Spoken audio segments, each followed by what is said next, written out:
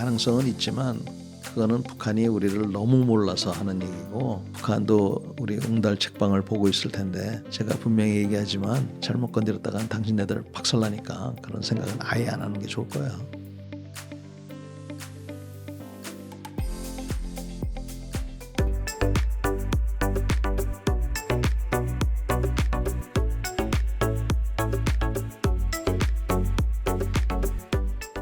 동북아 우리나라하고 일본은 완전히 북한 그 핵 위협 속에 있고요.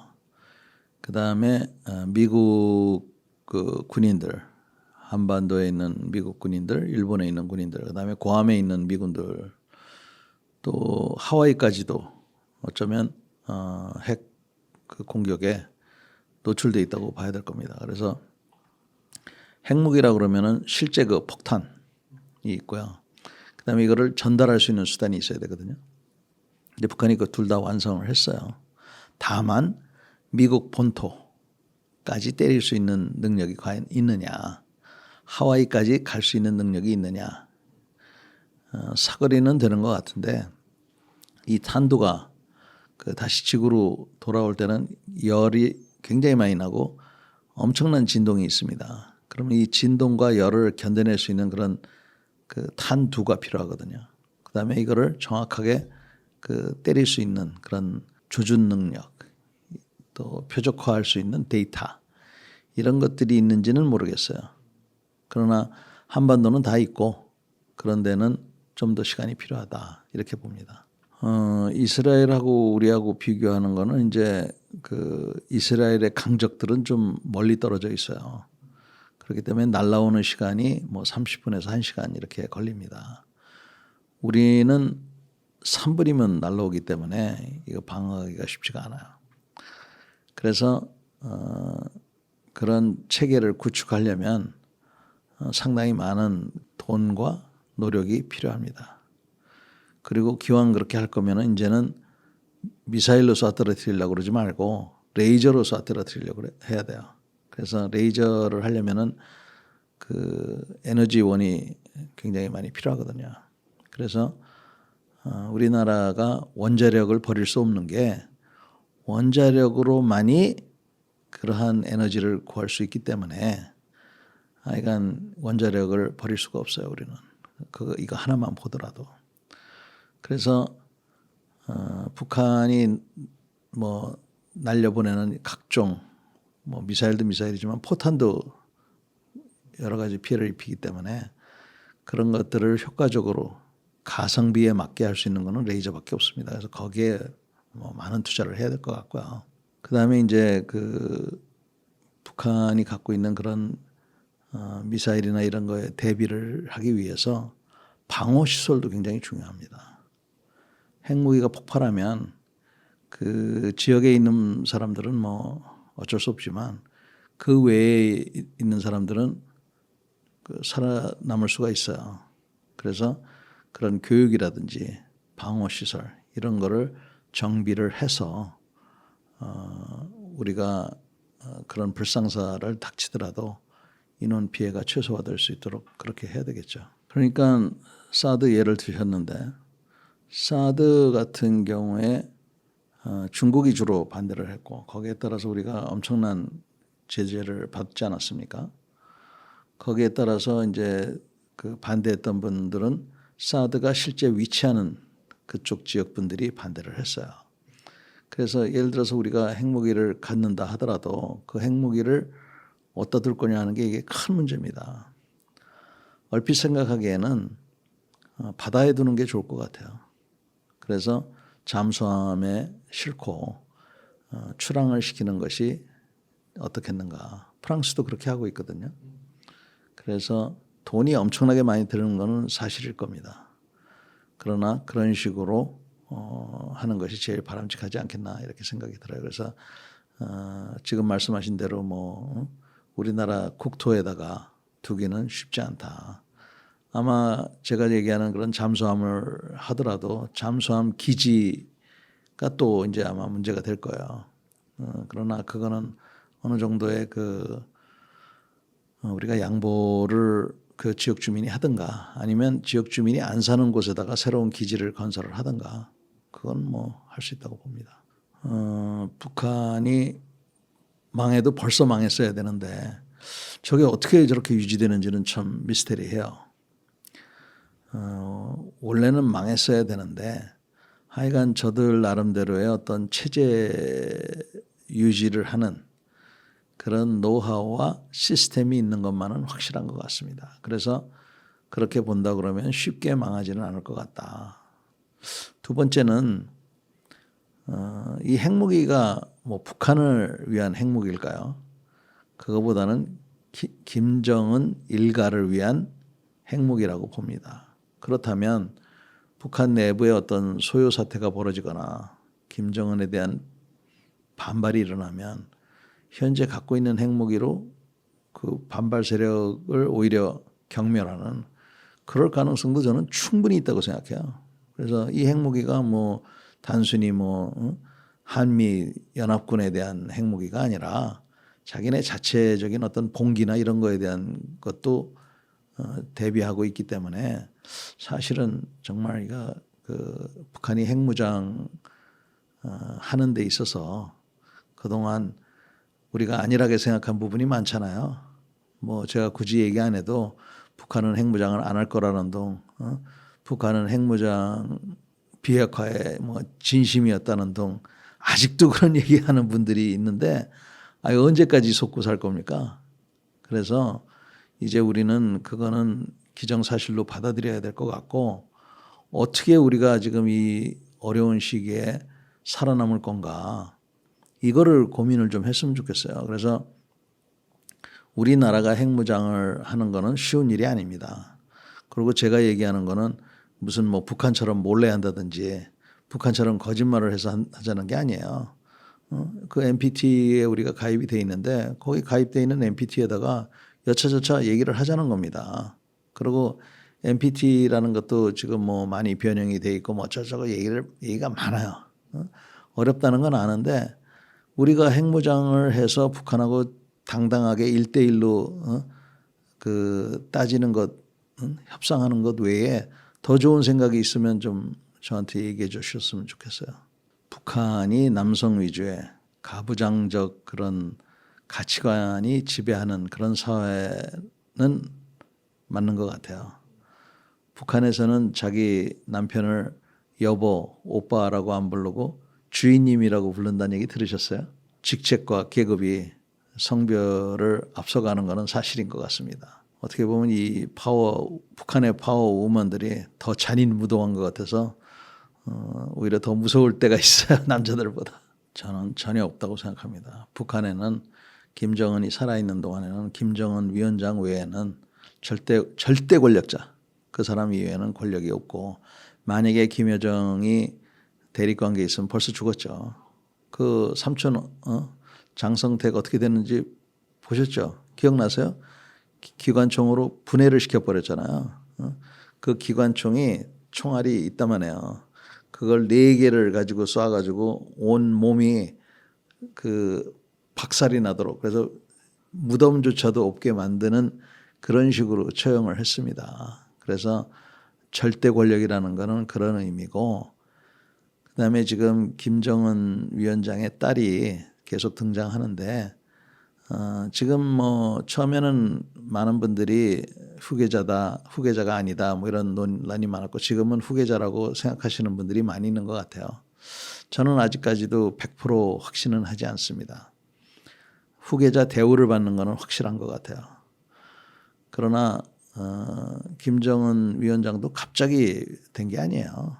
북한 나름대로 시스템이 있는 겁니다. 저 사람들이. 그래서 김씨 일가 중에서 가장 우리를 이 독특한 북한 체제를 이끌어갈 사람이 누구냐 했을 때 김정은이 뽑힌 거예요. 준비가 오히려 잘 된 사람이 된 겁니다. 그랬고 김주애가 그 딸 이름인데 이 사람이 과연 후계자냐 아니냐 그거는 잘 모르겠고 분명한 거는 제가 봤을 때 김 씨가 3대 세습이 아니라 4대 세습, 5대 세습 이렇게 가겠다는 그런 메시지를 우리한테 얘기해 주는 것 같습니다. 그래서 김여정이가 됐든 김길동이가 됐든 다음번에 김정은 후계자도 김 씨가 될 것이다라는 메시지는 그것만은 현재 북한이 분명하게 하고 있는 것 같아요. 전혀 없다고 생각합니다. 거기는 서로 감시 체제가 워낙 강력해서 쿠데타를 생각하는 사람조차도 아마 처형이 될 거고, 그 다음에 건강 문제는 매일같이 건강 검진할 거 아니에요. 뭐 혈압도 잴 거고 맥박도 잴 거고 몸무게도 잴 거고 뭐 생각해 보십시오. 대소변도 다 점검할 거고. 옛날에 우리나라 임금님들도 다 그랬잖아요. 김정은은 뭐 오죽하겠어요. 그러니까 갑작스럽게 죽고 그런다. 그런 일은 아마 극히 가능성이 적은 얘기다라고 봅니다. 한반도 전체가 초토화될 겁니다. 뭐 우리가 이기든 북한이 이기든 그 이긴다는 게 뭔지 모르겠는데, 예를 들어서 뭐 우리가 압록강까지 가든 북한이 부산까지 먹든 간에 그 잿더미만 갖게 되기 때문에 그 전쟁이라는 거는 안 하는 게 좋습니다. 근데 이제 문제는 뭐냐면 착각들을 하거든요. 자기가 공격을 하면 한 달 만에 끝낼 수 있어. 일주일 만에 끝낼 수, 이런 생각들을 한다고요. 여태까지 전쟁 보면 다 그래요. 그 푸틴도 길어야 한 달, 빠르면 일주일, 열흘이면 끝낼 수 있을 거 생각. 지금 보십시오. 3년째. 저거 한 10년 갈 거예요. 저거. 그래서 그런 착각 속에서 하기 때문에 오판을 이제 하면 그런 꼴이 날 겁니다. 대립은 안 되고 제가 보기엔 균형을 유지하면서 우리가 서로를 인정을 하고 그 인정 속에서 교류를 해야죠. 그래서 그 교류의 첫 번째는 저는 그 북한에 있는 정치범들, 탈북자 가족들, 이런 사람들이 있거든요. 그런 사람들을 빼내는 작업을 해야 된다고 생각해요. 그러면 우리가 예를 들어서 신문에다 막 내고 뭐 몇 명이 넘어왔네 이렇게 하지 말고 조용히 북한하고 협상을 해서, 야 너희도 반동 분자들 데리고 있으면 뭐하냐, 우리한테 넘겨라. 우리한테 넘기면 보상을 좀 하겠다.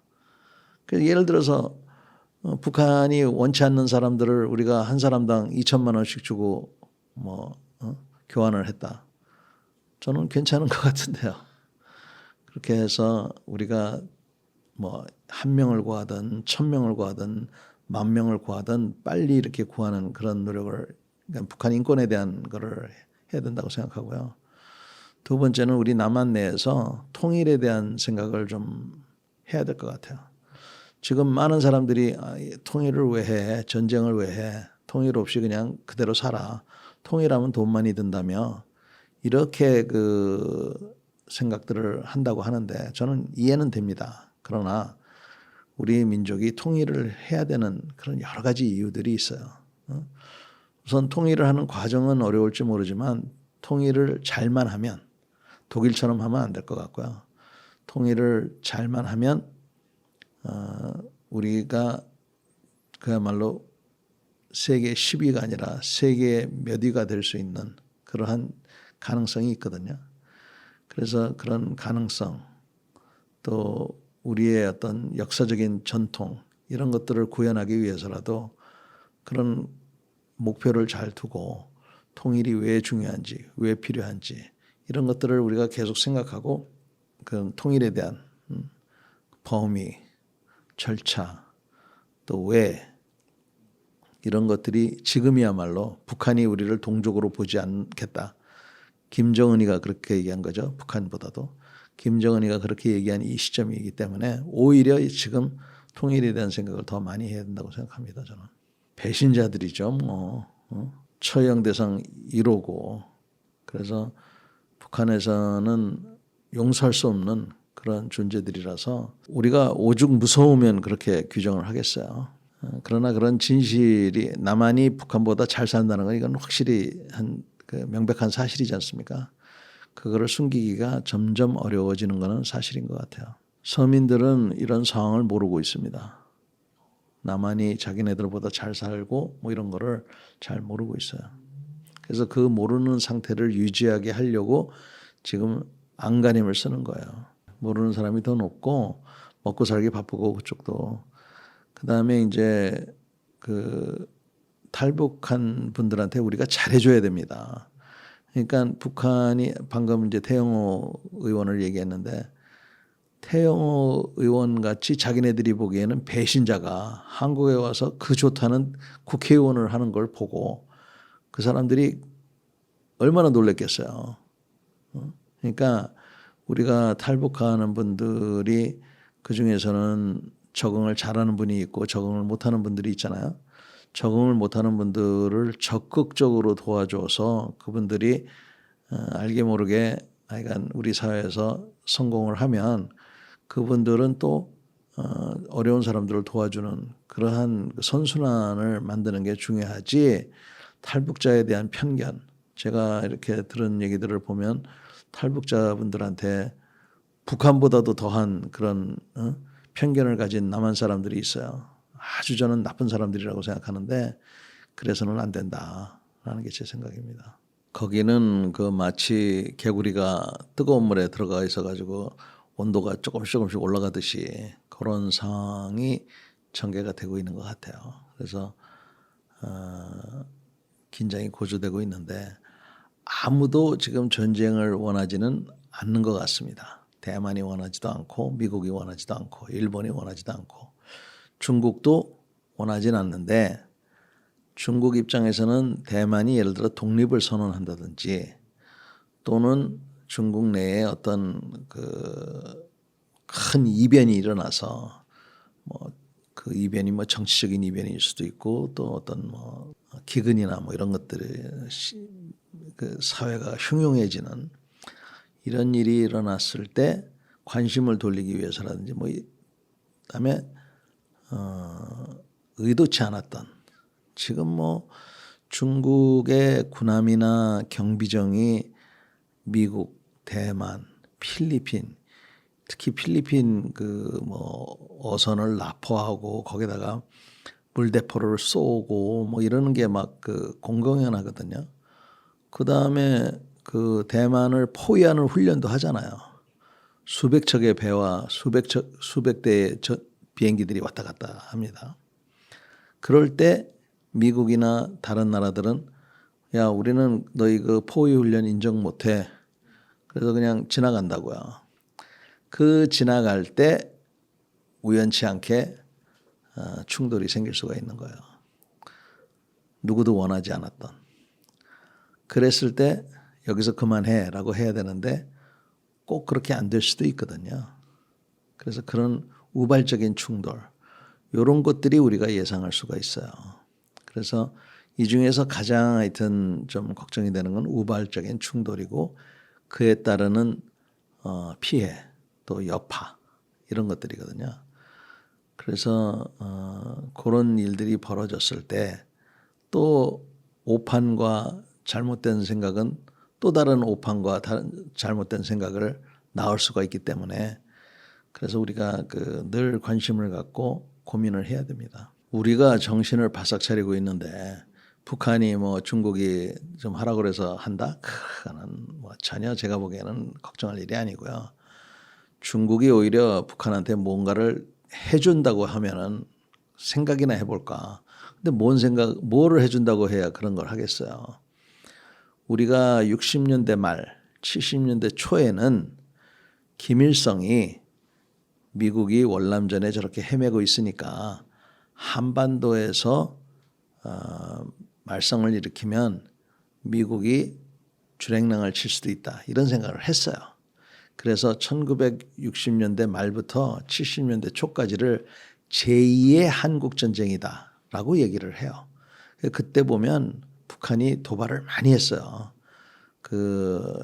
청와대 습격 사건부터 해가지고 뭐 울진 삼척 뭐 여러 가지 그런 게 많았었는데 지금은 그런 것조차도 제가 보기에는 단순히 뭐 중국이 뭐 그런 거를 했기 때문에 그런 거는 아닌 것 같고 북한이 미국이 거기에 개입돼 있으니까 한국을 뭐 도울 수 없어서 자기네가 이길 수 있을 것이다라고 생각해서 한다. 그것도 가능성은 있지만 그거는 북한이 우리를 너무 몰라서 하는 얘기고 북한도 우리 웅달 책방을 보고 있을 텐데 제가 분명히 얘기하지만 잘못 건드렸다간 당신네들 박살나니까 그런 생각은 아예 안 하는 게 좋을 거예요. 한미 그 군사 동맹이지 않습니까? 한국이 공격을 받으면 미국이 도와주겠다. 또 우리는 미국이 공격을 받거나 미국이 전쟁을 하면 우리는 또 도와주겠다라고 서로 약속한 겁니다. 그러니까 미국이 예를 들어서 우리한테 도움을 요청하면 우리도 능력 범위 내에서 당연히 도와줘야죠. 그건 당연한 거예요. 세상에 공짜가 어디 있겠어요. 미국한테 지난 7, 80년 동안 도움 받은 만큼 우리도 월남전에도 참전했고 또 이라크, 아프가니스탄에서도 가 있었듯이 대만에서 무슨 사태가 벌어지면 우리 능력 범위 내에서 거기에 그 거들어 주는 거는 그거는 저는 의무라고 생각합니다.